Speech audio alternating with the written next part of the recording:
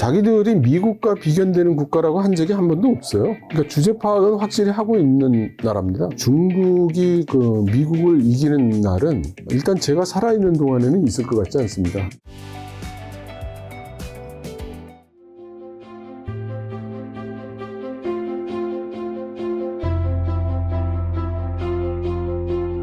원래 전통적인 경제 강국이 이제 미국이었고, 어쨌든 지금은 좀 안 좋아졌긴 했지만, 이제 새롭게 떠오르는 경제 강국이 이제 G2가 이제 중국이잖아요. 지금은 이제 두 개 국가가 이제는 사실은 비교할 수는 없는 정도의 차이는 벌어진 거겠죠? 아, 그렇죠. 그리고 그 중국은 자기들이 미국과 비견되는 국가라고 한 적이 한 번도 없어요. 그러니까 주제 파악은 확실히 하고 있는 나라입니다. 중국이 언젠가 뭐 1등 하고 싶어 한다라는 거는 다른 사람들의 판단이었던 건가요? 중국은 명시적으로 우리가 세계 최고의 나라가 되겠다 이런 적은 없어요. 중국 몽이었나요? 뭐 그런 단어가 있지 않나요? 그건 시진핑 주석이 얘기를 했죠. 네. 그럼 우리 중국몽을 꾸자. 그래서 뭐예요? 아, 한국은 우리 뭐 세계 인류 국가가 되고 싶다고 뭐 얘기 안 하나요? 하죠. 그러면 그걸 보고 다른 나라 사람이 한국이 미국에 지금 패권에 도전하고 있어. 이렇게 안 하잖아요. 중국 입장에서는 난 패권 도전하고 한 적이 한 번도 없고, 심지어 여러 번 시진핑 주석이 여러 번 바이든한테도 얘기했고 다른 나라한테도 얘기했고, 우리는 절대 패권을 추진하지 않고 미국의 패권에 도전할 의사가 조금도 없다. 너 패권 G1 인정. 자, 그렇다면 미국은 왜 이렇게 중국을 봉쇄하고 한 거죠? 그건 사실이잖아요. 봉쇄라는 게 봉쇄라는 게 뭐 미중 이제 우리가 뭐 아까 이제 박사님 안 좋아하시는 미중 네. 패권 갈등이라든가 미국이 이제 중국의 반도체라든가 이런 여러 가지 압박을 통해서 그다음에 관세 정책이라는 걸 통해서 중국이 더 성장하지 못하게끔 하고 있다고 많은 전문가들이 얘기하잖아요. 네네, 그렇죠. 그럼 공감하시나요? 공감하죠. 네, 그러니까 중국은 미국의 패권에 도전하지 않는다고 하는데 미국은 왜? 미국은 미국의 국익에 따라서 그렇게 하고 있는 거죠. 거의 얼추 따라왔으니까. 그리고 하는 꼴이 이게 우리의 가치관과 다르다고 하면서 이제 그 압박을 하는 거죠. 더 크면 안 되겠다. 그렇죠. 네. 그런 이제 바이든 정부의 대중 견제 정책과 뭐 치포 동맹 같은 것들은 중국 봉쇄에 지금 좀 잘 성공한 건가요? 굉장히 성공하고 있죠. 그래서 그 중국은 이 바이든을 교활하다고 표현하고 있고, 트럼프에 대해서는 난폭하다고 표현을 하고 있거든요. 교활하다 난폭하다. 네, 근데 어떤 차이지? 이 중국 쪽에서 느끼는 거는 바이든이 훨씬 상대하기 어려운 그런 대통령이에요. 아무래도 교활한 쪽이 난폭한 건 어쨌든 약간 예상이 될 텐데. 그렇죠. 난폭한 사람의 그 액션에는 어딘가 빈틈들이 좀 있기 마련인데, 교활한 사람의 그 방식에는 그런 걸 찾기가 어려운 거죠. 특히 이제 미국이 중국의 반도체 같은 것들 압박하고 있는 걸로 아는데 중국도 그런 압박에도 불구하고 산업이 크게 성장하고 있는 걸로 아는데 중국의 반도체 기술은 지금 뭐 중국이 옆에 있는 대만이라든가 한국, 미국과 비교해서 지금 어느 정도 수준에 왔는 거죠? 그걸 누구도 이제 단정할 수는 없지만 대체로 그 14나노, 그러니까 나노라는 것도 이게 너무나 너무나 단순화시킨 이야기인데요. 다만 이제 그 이해를 돕기 위해서 그 나노라는 표현을 하면 현재 중국은 14나노 기술이 완성돼 있고 7나노 기술을 실험실 레벨은 성공을 하고 있으나 아직 상업화에는 성공하지 못한 걸로 보이죠. 그리고 우리나라 같은 경우에 뭐 3나노? 뭐 요 정도 근접해 있다고 보여지고, 지금 타이완의 TSMC가 지금 1.4나노 공장 만들고 있으니까 이제 거기까지 가 있다고 봐야죠. 그럼 그 격차는 상당히 있는 겁니다. 아직은 여전히 있는데 예. 어쨌든 세계의 공장 중국에서 점점 탈중국화되고 있는 건 사실이잖아요. 그렇죠. 그렇다면 그로 인해 수혜를 받는 물론 국가도 분명히 있을 텐데 네. 박사님 보셨을 땐 그거는 뭐 어떤 국가들이 좀 해당될까요? 많은 분들이 얘기하는 당연히 뭐 인도, 베트남이 되는 걸까요? 그래서 제가 그런 문제에 대답하기 위해서 이 디커플링과 공급망 전쟁이라는 책을 썼어요. 그러니까 아주 단순화해서 이제 설명을 드리면, 우리가 지금까지 어떻게 해서든 글로벌 마켓을 하나의 시장을 추구해 왔던 겁니다. 특히 미국이 주도해서 WTO 체제도 그렇고. 근데 지금은 중국은 뺀다는 거 아니에요? 그럼 중국은 거기서 쫓겨나지 않으려고 무진 애를 쓰는 거고, 그리고 쫓겨날 것 같으니까 이제 우리 편 해서 또 묶어내고 있는 거란 말이죠. 그러면 칼로 두부 자르듯이 자를 수는 없지만 시장이 크게 두 개로 나눠진다고 볼 수 있을 겁니다. 지금까지 우리가 보았던 서방 주도하에 글로벌 마켓이 있고 중국처럼 쫓겨난 국가고 친한 국가들, 아까 말씀한 러시아, 중국, 뭐 이란 이런 식의 이제 나라들이 뭉치겠죠. 그런데 우리는 그렇게 해서 뭐 여기는 중국 얘네들은 뭐 이제 별 볼 일 없어라고 생각하지만 그게 그렇지가 않은 거예요. 일단 브라질이 미국 편을 안 들어요. 브라질은 중국 편에 더 가깝게 서 있죠. 그런데 보면 남아프리카 공화국, 인도도 슬금슬금 그쪽에도 발을 하나 얹고 있단 말이에요. 그래서 이런 현상이 그럼 어떻게 되냐면 단순화시켜서 표현하면 하나의 시장이었고 하나의 시장에서 가장 경제적인 방식을 찾아서 평형을 이루었던 공급망 체계가 인위적으로 반으로 쪼개지면서 각종 문제도 생기고 변화가 생기는 거예요. 그리고 이 변화는 기본적으로 비용의 상승을 초래하는 겁니다. 그렇죠? 가장 싸게 경쟁력 있게 평형을 이뤘던 게 인위적으로 바뀌니까. 그래서 전 세계적으로 물가는 오르게 되어 있는 거예요. 그렇죠. 네. 그러면 여기에 대응하는 전략이 뭐 경우의 수는 4가지가 있어요. 나는 모든 시장을 포기하고 혼자 살겠다. 근데 그런 국가는 없겠죠. 없겠죠. 나는 이념이 중요해.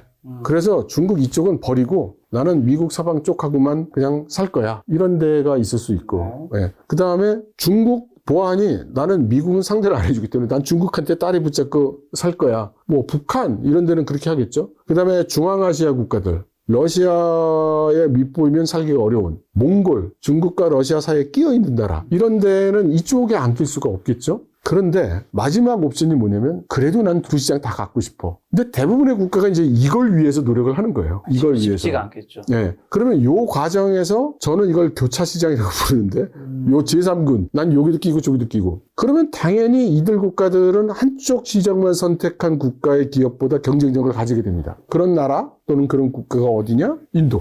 베트남, 그리고 상대적으로 멕시코, 이런 데가 혜택을 입고 있죠. 그러면 이 양다리 걸치기에 가장 유리한 조건을 갖춘 그런 나라들이 앞으로 이제 큰 혜택을 볼 것이고, 어느 한쪽, 가장 최악의 경우는 중국 쪽에 딸이 붙을 수밖에 없는 그런 데는 더 피곤할 것이고, 근데 미국을 비롯한 서방 쪽에만 붙어 있는 기업도 어려워져요. 왜냐하면 양쪽 시장을 다 왔다 갔다 할 수 있는 기업과 경쟁이 되게 되면 그 경쟁에서 이기기가 어려우니까. 그럼 우리나라는 지금 어디 속하냐? 그러니까요. 양다리를 걸치지 않겠다고 공개적으로 선언한 건 아니지만 현실적인 그 정책은 그렇게 가고 있죠. 그래서 우리나라는 경쟁력상으로 앞으로 계속 더 어려워질 거다. 근데 한국이 양다리를 걸치고 싶어도 또 중국과 너무 가까이 있기 때문에 또 북한과 막 붙어 있기 때문에 그게 쉽지 않아요. 아니죠. 가까이 있기 때문에 중국하고 딸이 붙기가 쉬운 거죠. 운송거리가 짧고. 그런데 지금 지정학적으로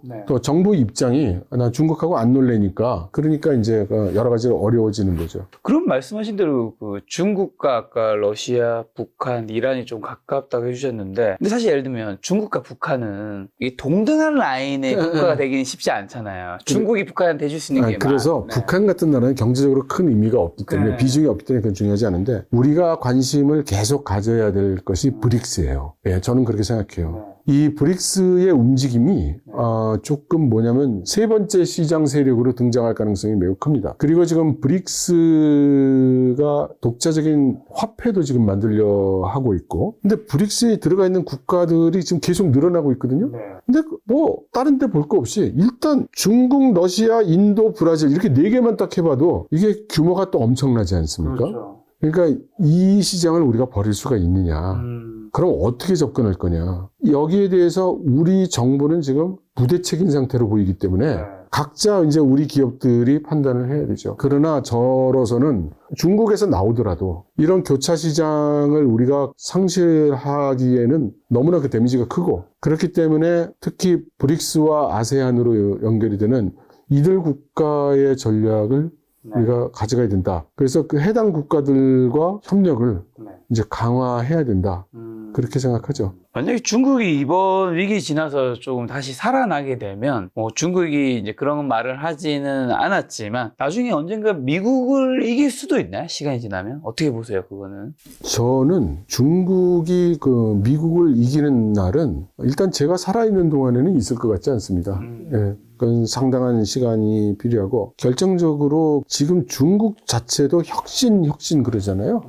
뭐 우리나라도 뭐 혁신 얘기 하고. 근데 혁신이, 야, 혁신해. 그러면 혁신이 딱 되는 게 아니잖아요. 아니죠. 그리고 혁신을 가져온 사람들은 대개 기존 사회의 체계에서 벗어나는 사람들이 해요. 맞습니다. 공감합니다. 대학도 뭐 때려치우고 뭐 그래서 부모님이 하라는 대로 한 사람들, 선생님들이 하라는 대로 한 사람들, 상사가 하라는 대로 일하는 사람들한테서는 혁신이 잘 안 나온다. 그렇죠. 왜냐하면 기존 체제에서 잘 안 된 분들이 뭔가 이 판을 얻기 위해서 하다 보니까 예. 혁신이 일어날 확률이 예. 높죠. 그렇죠. 그러면 지금 공산당 일당 체제 하의 사회에서 나오는 혁신과 지금 자유민주 사회 체제에서 나오는 혁신, 어느 쪽이 더 가능성이 클 거냐? 저는 당연히 이쪽이라고 생각합니다. 그래서 이게 그냥 물량떼기로 그렇게 하는 경쟁이라면 그건 중국이 승리할 수도 있겠으나 지금은 그 상태는 아닌 것 같다. 그렇다면 중국이 미국을 넘어설 수 있는 날은 현재 상태로는 좀 요원하지 않을까 이렇게 생각합니다.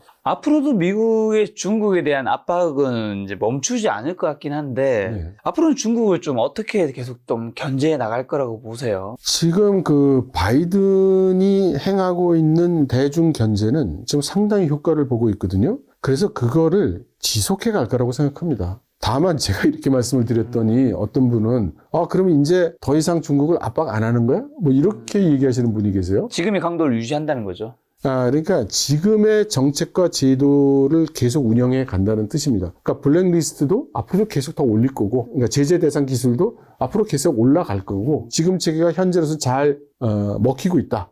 이렇게 보고 있다는 거죠. 자, 마지막으로 이제 박사님께서 김 작가TV 처음 나오셔서 이제 중국에 대한 여러 가지 이야기 해주셨는데요. 왜 우리가 중국을 좀 알아야 하는지랑 한국과 중국의 이런 관계 앞으로 좀 좋게 바뀔 수 있는지.